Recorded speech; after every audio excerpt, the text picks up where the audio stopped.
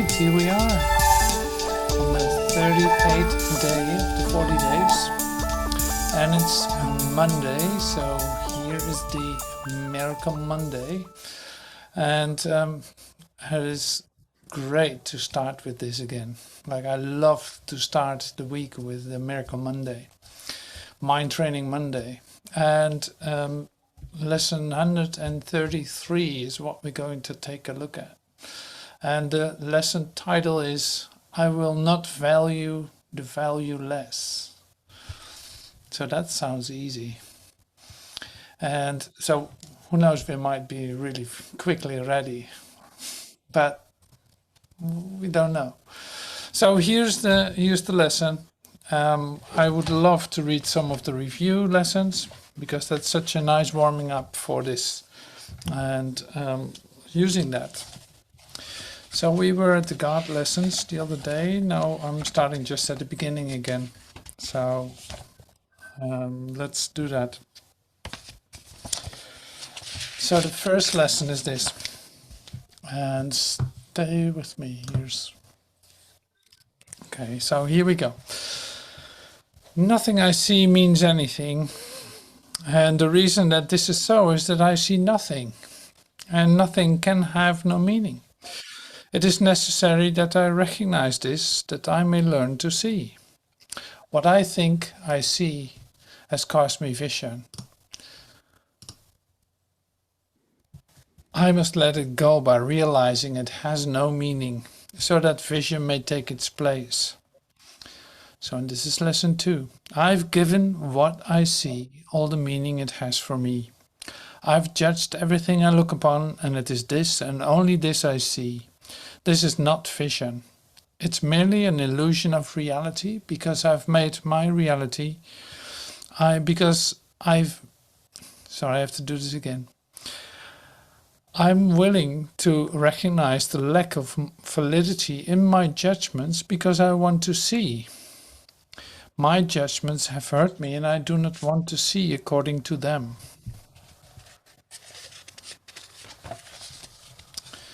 I do not understand anything I see. How could I understand what I see when I've judged it amiss, and what I see is the projection of my own error of thought? I do not understand what I see because it is not understandable, and there's no sense in trying to understand it. But there is every reason to let it go and make room for what can be seen, understood, and loved.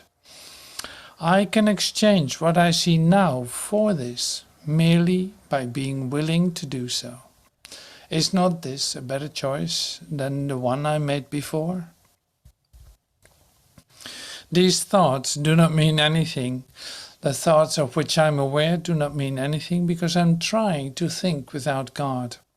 What I call my thoughts are not my real thoughts. My real thoughts are the thoughts I think with God. I'm not aware of them because I've made my thoughts to take their place. I'm willing to recognize that my thoughts do not mean anything and to let them go. I choose to have them be replaced by what they were intended to replace. My thoughts are meaningless, but all creation lies in the thoughts I think with God. I'm never upset for the reason I think. I'm never upset for the reason I think because I'm constantly trying to justify my thoughts. I'm constantly trying to make them true. I make all things my enemies, and so that my anger is justified and my attacks are warranted. I've not realized how much I've misused everything I see by assigning this role to it. I've done this to defend a thought system that has hurt me and that I no longer want. I'm willing to let it go. I am upset because I see what is not there. Reality brings only perfect peace. When I'm upset, It is always because I have replaced reality with illusions I made up. The illusions are upsetting because I've given them reality, and thus regard reality as an illusion. Nothing in God's creation is affected in any way by this confusion of mine. I'm always upset by nothing. I see only the past. As I look about, I condemn the world I look upon, and I call this seeing. I hold the past against everyone and everything, making them my enemies. When I've forgiven myself and remembered who I am, I will bless everyone and everything I see. There will be no past, and therefore no enemies, and I will look with love on all that I failed to see before. My mind is preoccupied with past thoughts. I see only my own thoughts, and my mind is preoccupied with the past. What then can I see as it is? Let me remember that I look on the past to prevent the present from dawning on my mind. Let me understand that I'm trying to use time against God. Let me learn to give the past away, realizing that in so doing I'm giving up nothing. I see nothing as it is now. If I see nothing as it is now, it can truly be said that I see nothing. I can see only what is now. The choice is not whether to see the past or the present. The choice is merely whether to see or not. What I have chosen to see has cost me vision. Now I would choose again that I may see. All right, so this is our warming up for the part that is coming, and that is lesson 133. It's just the lesson after, what was that again? Let me check it out. I lose the world from all I thought it was. That's lesson 132. I lose the world from all I thought it was. So then the next one. I will not value what is valueless. So we're talking here about what's valuable and what isn't. And that's a great exercise. It is great because we don't individually determine value. We learn to give things value. We have learned that. But it was based on a system that doesn't know what it is. It was, say, the madman who gave us the idea of value. It's like, okay, this is valuable, that isn't valuable. That is valuable, that is not valuable. But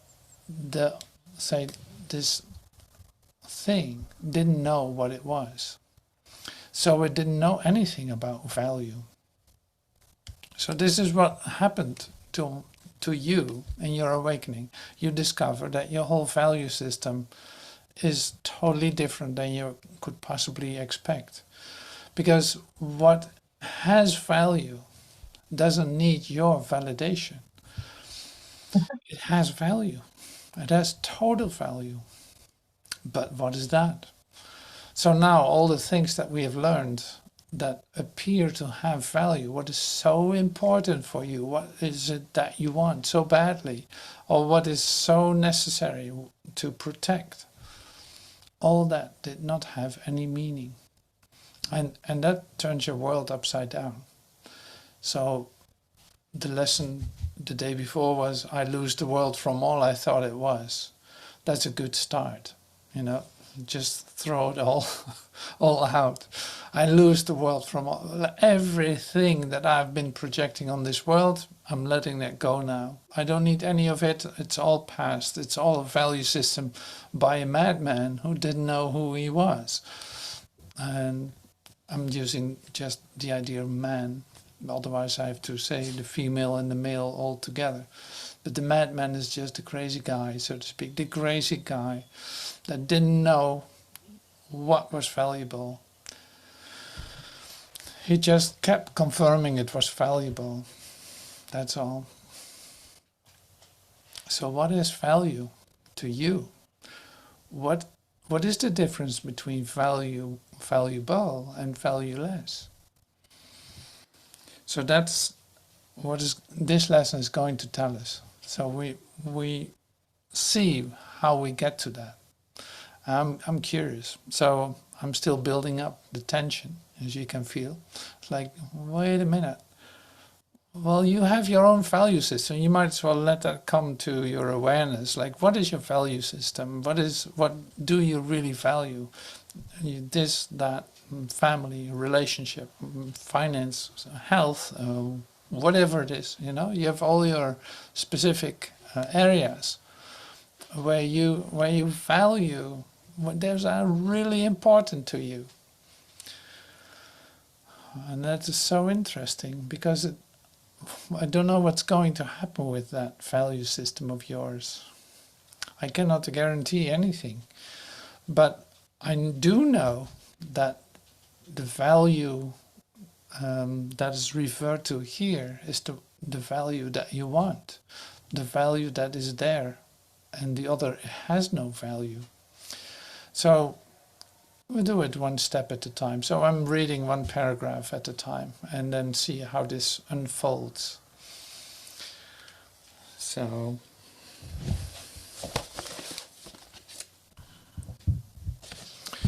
the big book. Oh yeah, so the Urtext on page 352. And it comes with all the say the pure manuscript, so to speak. So that's really great. No changes made, but it's almost the same as the FIP, Foundation of Inner Peace version, the Blue Book, as it is called. There are not many differences. I will not, in this lesson, I will not value what is valueless. So, okay, so we're getting very practical. You will see. Sometimes in teaching, there's benefit, particularly after you have gone through what seems theoretical and quite remote from what the student has already learned, to bring him back to practical concerns. So this is about practical concerns. This we will do today. We will not speak of lofty, world-encompassing ideas, but dwell instead on benefits to you. So what is this going to benefit to you? So one thing is this. You do not ask too much of life. You do not ask too much of life, but far too little. Far too little. When you let your mind be drawn to bodily concerns, here it is, very practical, bodily concerns, to things you buy, to eminence as valued by the world, you ask for sorrow and not for happiness. You ask for sorrow. So, just to keep it very short, who has done that in the last 24 hours? Drawn to bodily concerns, things to buy, eminence as valued by the world. Yeah? Did you do that too? No, you didn't. So you ask for sorrow if you do, and not for happiness. So now you have to let go of that idea of buying that beautiful telephone, or that, yeah, who knows what you were asking for. I don't know. And concerns about the body, well, yeah, don't get me started, right? This course does not attempt to take from you the little that you have. So it's not going to take anything away. That's That's great. It does not try to substitute utopian ideas for satisfactions which the world contains. So it does not try to substitute utopian ideas for satisfactions which the world contains. But listen to this. There are no satisfactions in the world. Oh my God. Today we list the real criteria by which to test all things you think you want. So this is going to be really helpful. So we are gonna get a formula in which to test all things you think you want, if they are actually having value or not. Unless they meet these sound requirements, they are not worth desiring at all, for they can but replace what offers more. The laws which contain choice you cannot make, no more than you can make alternatives from which to choose. The choosing you can do, indeed you must, but it is wise to learn laws you set in motion when you choose, and what alternatives to choose between. This is all still preparation. We have already stressed there are but two choices to make, however many there appear to be. The range is set, and this we cannot change. It would be most ungenerous to you to let alternatives be limitless, and thus delay your final choice until you had considered all of them in time, and not been brought so clearly to the place where there is but one choice which must be made. Okay, so there's just two choices. There are not many choices. You can always bring it back to two choices. We don't know which ones yet, but you can bring it back to two choices.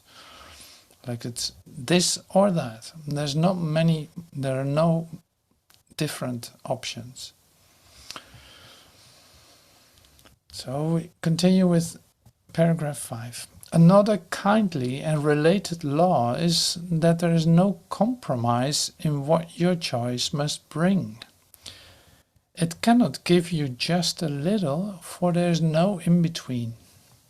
Each choice you make brings everything to you or nothing. Therefore, if you learn the tests by which you can distinguish everything from nothing, you will make the better choice. See, it's still building up. It's building up the tension. So now we do want to know what this is. If this is going to be helpful, we might as well know it. So I can't continue. I can't wait to continue. First, and this is one of the first tests you can do, is this one. If you choose a thing that will not last forever, what you chose is valueless. A temporary value is without all value. Time can never take away a value that is real. What fades and dies was never there, and makes no offering to him who chooses it.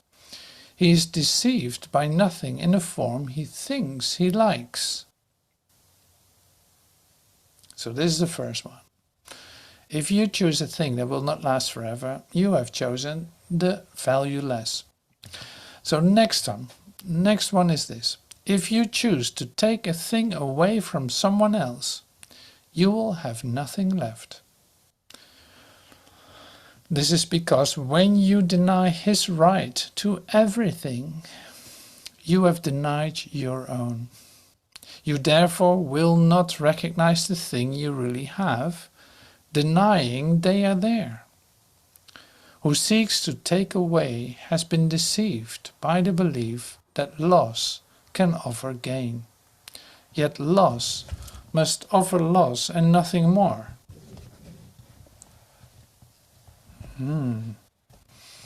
So that's great. That's another one. So if you choose to take a thing away from someone else, you will have nothing left. It's good to remember. Your next consideration is the one on which the others rest. Why is the choice you make of value to you? What attracts your mind to it? What purpose does it serve? Here it is easiest of all to be deceived, for what the ego wants, it fails to recognize. It does not even tell the truth as it perceives it, for it needs to keep the halo which it uses to protect its goals from tarnish and from rust. And you may see how innocent, quote unquote, innocent it is. Yet is its camouflage a thin veneer, which could deceive but those who are content to be conceived. Its goals are obvious to anyone who cares to look for them. Here is deception doubled, for the one who is deceived will not perceive that he has merely failed to gain. He will believe that he has served the ego's hidden goals.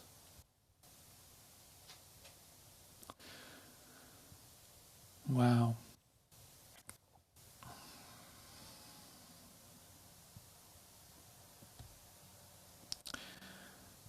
So now we're at the 10th paragraph.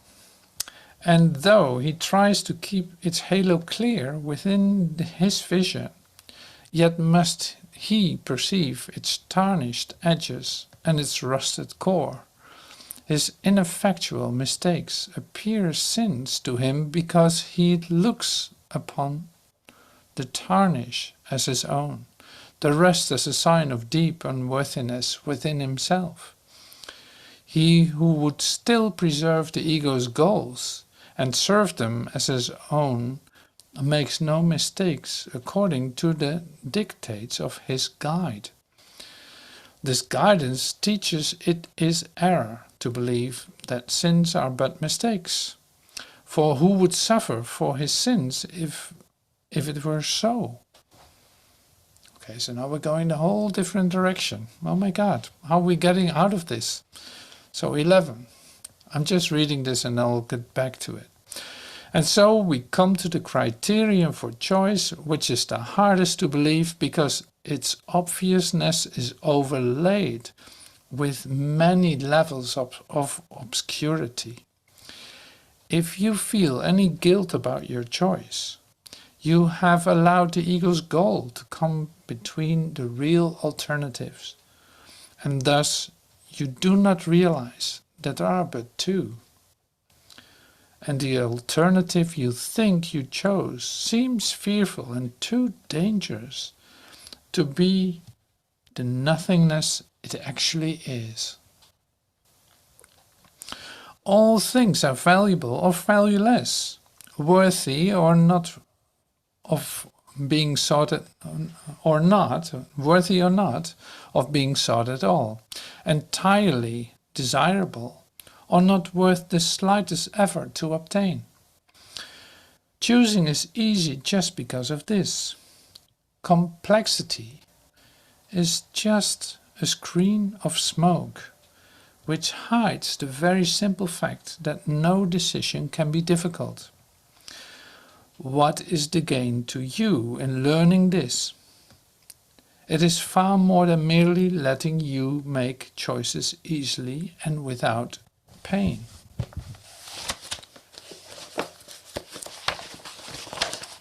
Okay, we're almost there. We're almost there. Heaven itself is reached by empty hands and open minds, which come with nothing to find everything and claim it as their own.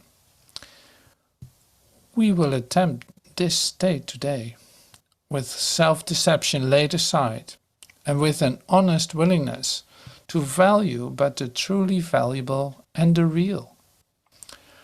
Our 2 extended practice periods of 15 minutes, well, we will not do that today, but you can do that, begins with this. I will not value what is valueless, and only what has value do I seek, for only that do I desire to find.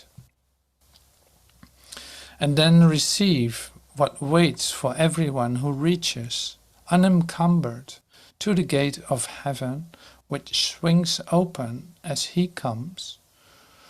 Should you begin to let yourself collect some needless burdens, or believe you see some difficult decisions facing you, be quick to answer with this simple thought. I will not value what is valueless, for what is valuable belongs to me. So, and I don't know, did you miss the transfer into the last couple of paragraphs? All things are valuable, it says in 12. All things are valuable or valueless, worthy or not being sought at all. Worthy or not. Entirely desirable or not worth the slightest effort to obtain. Choosing is easy just because of this. Complexity is nothing but a screen of smoke, which hides the very simple fact that no decision can be difficult. So this is an interesting lesson, isn't it? So here we actually get some, if you can hear it, you get some instruction about how to deal with choices to make and how to choose the valuable. It's like the valuable and the valueless is very simple. It is one or the other. One thing is giving you everything, the other thing is giving you nothing. And the situations that are facing you today or in any other day might not look that easy as it is said here, because of the layers of complexity that are glued on top of it, just to obscure, in fact, the simplicity. And that sounds very easy when I say it like that, but then the practice of it is, well, you see that in your daily life, how easy it is for you to make a choice. Like, how do you know the valuable from the valueless? Is that easy for you? Well, that would be wonderful. That would be wonderful. So you can test it. Now you have some tools to test it. If it's not forever, I don't want it. I don't want it. I have no need for it. I don't want it. So that saves you a lot of work. That saves you a lot of, say, concern too, or overthinking of what would be the best choice for you. Like, if it's not forever, you don't want it. So that is easy to accept as an idea, right? So it's like, okay, yeah, sure, I can do that. No, well, you can accept this idea, yes. But to do this is not so easy. It is something you have to learn to do, because you're so accustomed to making this like complex for yourself.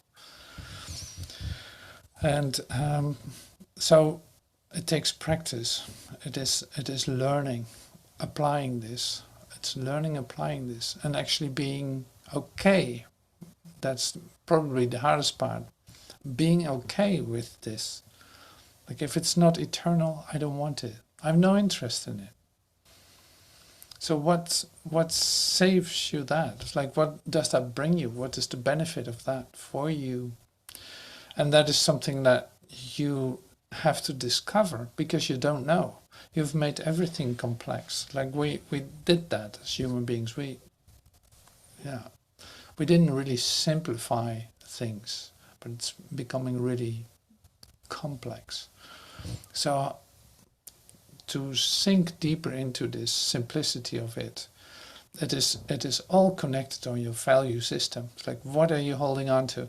What is it that you do? What is it that what is it that you're holding on to? What is it really that you value? And how easily are you distracted into that? That gives you the response of that, so to speak. The response, or that what you get from it is either heaven when you choose the right thing, so to speak, or nothing, emptiness, like nothing happened, or maybe feelings of guilt, or something like that. Like it's not clean, it is not clear for you how you received this.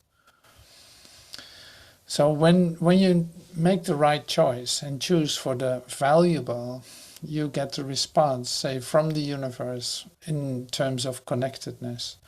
You feel like, oh my God, what a relief to have chosen this. It's like, oh my God, it's the best thing that can come to me. It was so simple. I just had to give up one idea. And now I'm so happy that this came to me. So, and it brings you right in front of heaven, so to speak. It brings you in heaven because your mind is no longer occupied with your choice. It's not exhausting you with all its considerations. No, it just did a test, and it came out that this is it. This is what I want. And it's so great. It is the same feeling, if you want. It's the same feeling as forgiving yourself, forgiving your neighbor, letting go of your defense. Like one moment truly doing that gives you so much. It's like, oh my God, I will never hold anything against anyone. In my practice, in my forgiving, everything starts to open up. Suddenly I can breathe. Suddenly I feel like there's a lift, a whole load off my shoulder. So that is the same with this. It's like the choices that you make, the things that you value for a moment, or that keep your mind occupied. You can see it like that. It's like an occupation of mind. You take so much time to consider it, to be busy with it, to keep yourself active with it, but it has no value. It doesn't give you like a complete feeling of connectedness and of peace, but it keeps coming back. We know all this very well. We know all this. So but are you willing to work with that right now? It's like, are you willing to do that right now? Because that's always where it has to do with. It's not about accepting just this idea, but it's, no, are you actually do you want to do this? Then you can practice it. Because there will be plenty of situations in which you can practice this. So in fact, you have to let go of your value system in order to do this. First, you have to let go of your value system. Like whatever that was that I was thinking was so important, I have to let go of it. So this is a good start. So then you do the test. If you have to make a choice, you do the test. Is it forever or not? Is there one alternative? And that's the one that's going to give me everything, because what I value is real? Or am I still making a little deal with myself and choose for something else? So that is the options. So this has a humongous impact on your day. And that's why it's in the book, of course. It's like, I lose the world from all I thought it was. Okay, that's one good start. And so all the things that I valued, all the things that are connected in my associative thinking to this world, I let go of that. Now I come with open hands, clean, open hands. I don't know. I don't know what is valuable. I don't know what I want in that sense. I don't know what I'm looking for. And here I am. I come with holy empty hands to my Father. It's like, show me what is valuable, what is not valuable. I don't know. You will have to show me. I want what is forever true and what belongs to me. I don't want anything else. So that is a bit like the main practice of this lesson. So the other part is then you don't ask too much of life. No, you ask way too little. And this is really true, but you got to see that in perspective too. So the perspective that I'm going to give you is this. You accept your mind wanderings, you accept the state in which you find yourself, you accept that as okay, you know, and it's not okay. Like there's so much more. So that means there's so many opportunities to fulfill, let's say, to experience fulfillment, to experience happiness, just by allowing that. So by doing this in a different way, by allowing an alternative to come to you and not doing things the same way as you used to. But this is so, the mind is so forgetful in that sense, in this process. The mind is so forgetful. It seems to love to deny or forget. It falls asleep all the time. So that means that you can get used to, living in darkness, in fact, being concerned with your little thing that you have and do, and not taking time to break out of that, to allow an alternative to come to you, to say it in other words. So this is what is meant by you ask too little, like way too little. You can ask for way more. God wants your total happiness all the time. So if you experience 5 minutes a day of being totally happy, that's a great start. But still you can ask for more. That's why I say this many times too. It's like, ask for more. There's more of this. You can ask for more. You have a great experience, wonderful. Ask for more. Let that expand. You have no idea what's possible. So, and that is a very loving idea, what I share with you. It's like, that's a very loving idea. So here it is, you ask too little, you can ask for more all the time. Practice with it, experiment with it, ask for more. You want total happiness today, without end. It's like, ask for it. Allow yourself that opportunity. Don't stop yourself from asking for more. Don't think that you don't deserve it or any kind of crazy idea that would hold you back from accepting this. Now we start to awaken the light within us. It's like that is awakening in that. Ask for more. You want more light. You want more love. You want more happiness, more peace of mind, deeper experiences of that. You want to be overwhelmed with it, and more, and more, and more, and more, and more. So, great lesson, so great, so great. All right, so that is the lesson that I wanted to take a look at. Always checking out the time, so here we are. I'm going to read a prayer lesson, but one of the last ones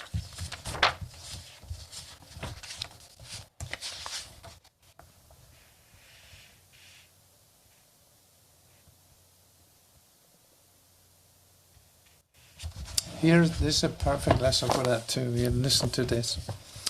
So this is prayer lesson 355. It's on the 21st of December. There is no end to all the peace and joy and all the miracles that I will give when I accept God's word. See, here it is. So it's like there's no end to it. So ask for more. There's no end to all the peace and joy and all the miracles that I will give when I accept God's word. Why not today? It's the only question. Why not today? Why not today? And here's the prayer. Why should I wait, my Father, for the joy you promised me? For you will keep your word. You gave your son in exile. So you live in exile in the world, so to speak. I am sure my treasure waits for me, and I need but reach out my hand to find it. Even now my fingers touch it. It is very close. I need not wait an instant more to be at peace forever. It is you I choose, and my identity along with you with a capital Y. Your son would be himself and know you as his father and creator and his love. Why would I wait, my Father, for the joy you promised me? For you will keep your word. You gave your son in exile. I am sure my treasure waits for me, and I need but reach out my hand to find it. Even now my fingers touch it. It is very close. I need not wait an instant more to be at peace forever. It is you I choose and my identity along with you. Your son would be himself, and know you as his father and creator and his love. Your son would be himself and know you as his father and creator and his love.